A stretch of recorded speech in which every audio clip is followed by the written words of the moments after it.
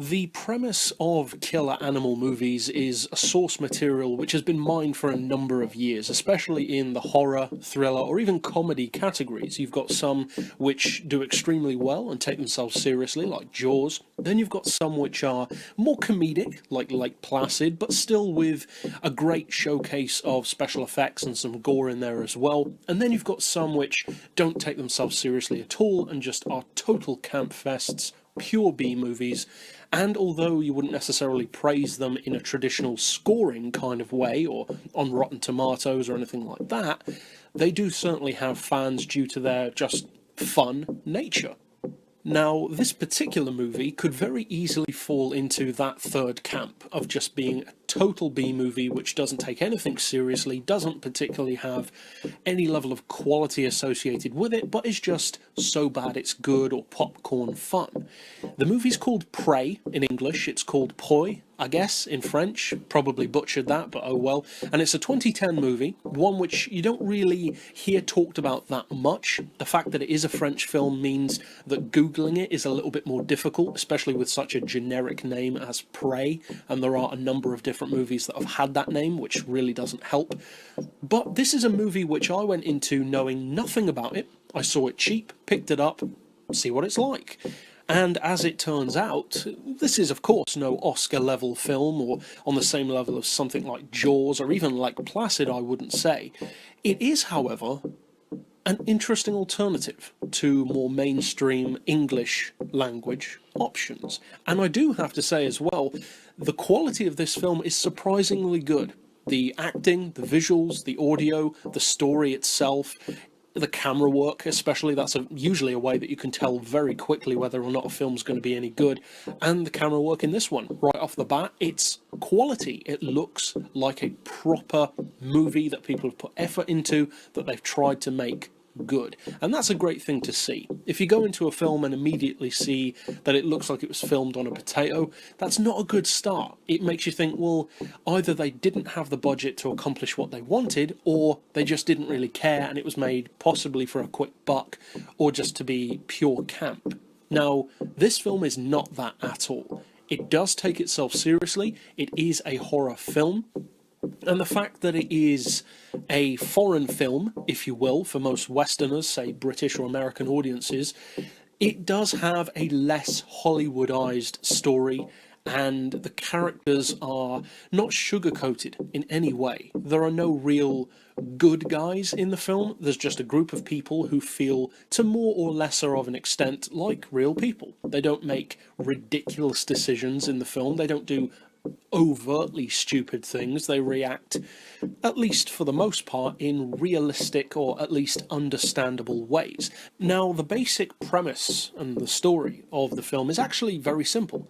It doesn't need to be overly complex. It's based around a couple of guys, most of whom are related to each other, father, sons, brothers, that kind of thing, who live on agricultural land, and at the start of the film, this isn't a spoiler, as I said, it's right at the beginning of the film and sets up the rest of the movie, the father figure of the group is attacked by an unseen creature, and that initiates kind of a hunting expedition, if you will, to find this animal, and along the way different things happen to make them curious as to why the animals are acting this way.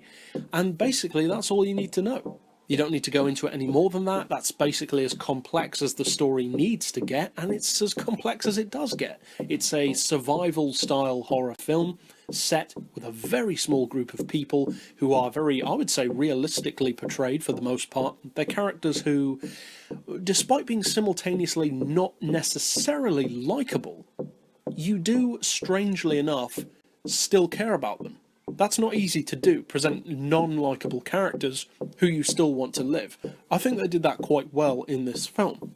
Now, you don't necessarily want them all to live all the time. There are certainly annoying parts in the film here and there, but for the most part, I think the characters are one of the strong points of the film. They're not sugar-coated, as I said earlier, and they're interesting to follow. It's a very simple premise. As I said, they're just hunting for this creature and it unfolds from there, and I like what they did with this movie. It's a movie which doesn't try to be grandiose in any particular way.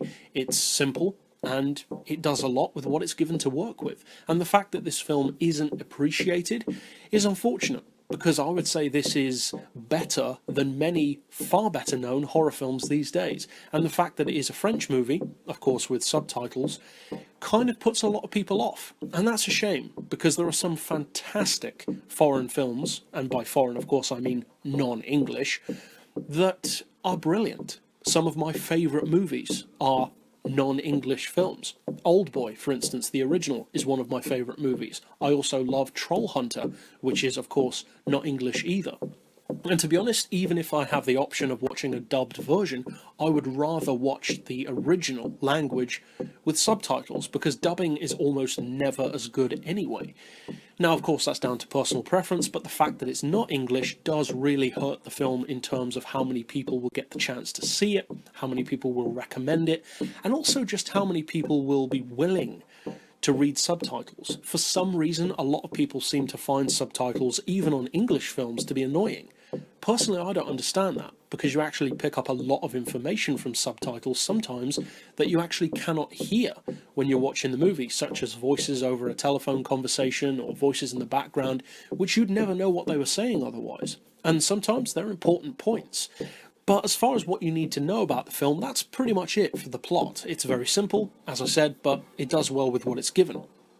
So what then about our scores? Well, first of all, as always, we have the story and the plot. And for the story and plot, I'm going to give Proie a 6. Now, that may not sound that great, but the reason why I'm giving it a 6 is because my baseline is 5. Anything lower than 5 is bad, anything higher is good. So I am giving it higher than a baseline, which is a good start. And the reason why I'm giving it a 6 is because it did very well with what it was given. But at the same time, it wouldn't be fair to more complex or more clever or more outstanding movies, which do have higher scores, to rate this closer to those. So overall, I think a 6 is an accurate representation of the fact that yes, this did do very well with what it had to work with, but at the same time, it's no Oscar film. Of course not. As far as the characters and their motivations, again, I'm actually going to give it a 6, because although, as I said, the characters are pretty good, a lot better than most horror films where characters are just stupid, and actually the characters' portrayal in terms of realism is the main reason why I'm giving it a 6, because apart from that, as I mentioned earlier, they're not necessarily the most likeable of people. And some of the choices that they make are not necessarily unbelievable, but a bit odd in retrospect.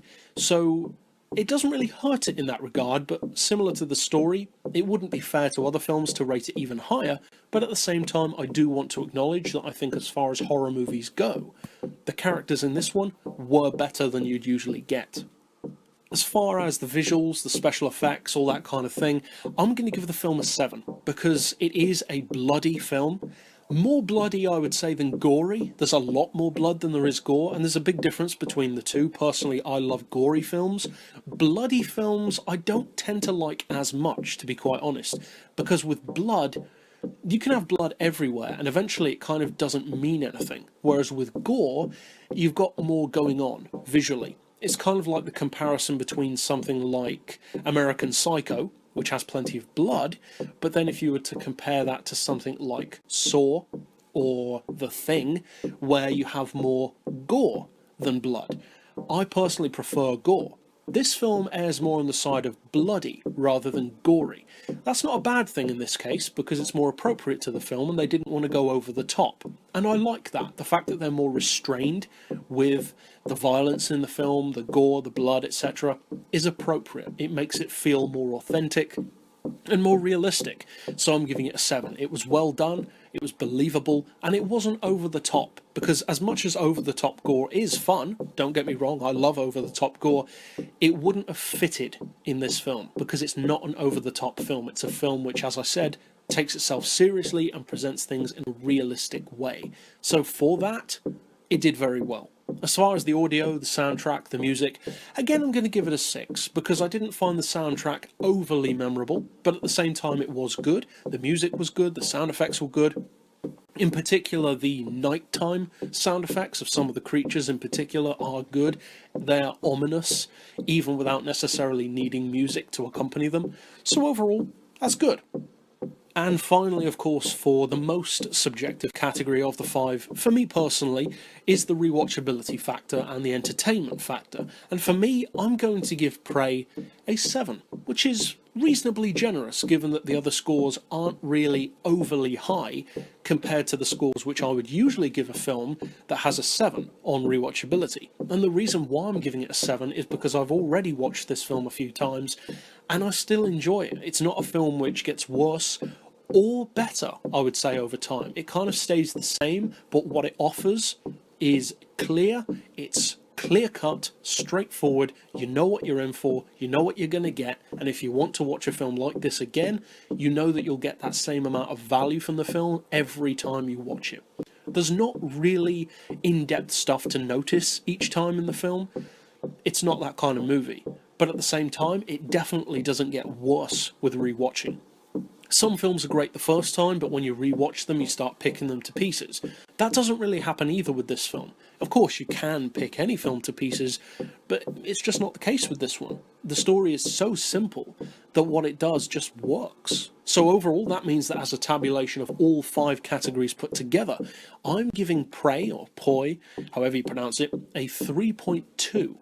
out of 5, which isn't an overly high score, but that is higher than the majority of the scores which it has on the net, which tends to hover around the 4.5 to 5.5 region. So my score is significantly higher than that.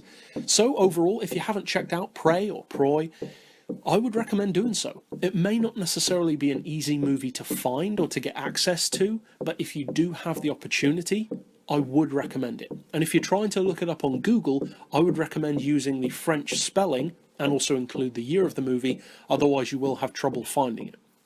But overall, that's it for this particular review. I'll see you guys next time, and as always, thanks for watching.